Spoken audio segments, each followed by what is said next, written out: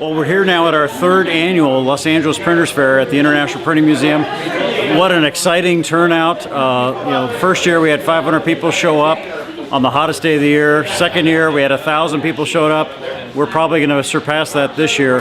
That just speaks about the growth and the interest in letterpress and book arts, in traditional printing. But a lot of these artists that are here today, they're thinking outside the box. They're taking traditional techniques and processes and matching it with modern ideas of design and things. And it's fun to see the swirling community. And what the fair is all about here at the museum is a place to celebrate the world and the art of paper, of printing, of book arts, of design, of typography.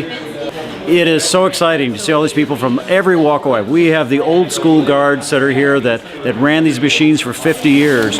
Their eyes are as wide as ever, seeing a new generation taking up the mantle and passing on. They're willing to pass on their techniques, their skills, their understanding. So what a great day to celebrate and have everybody here.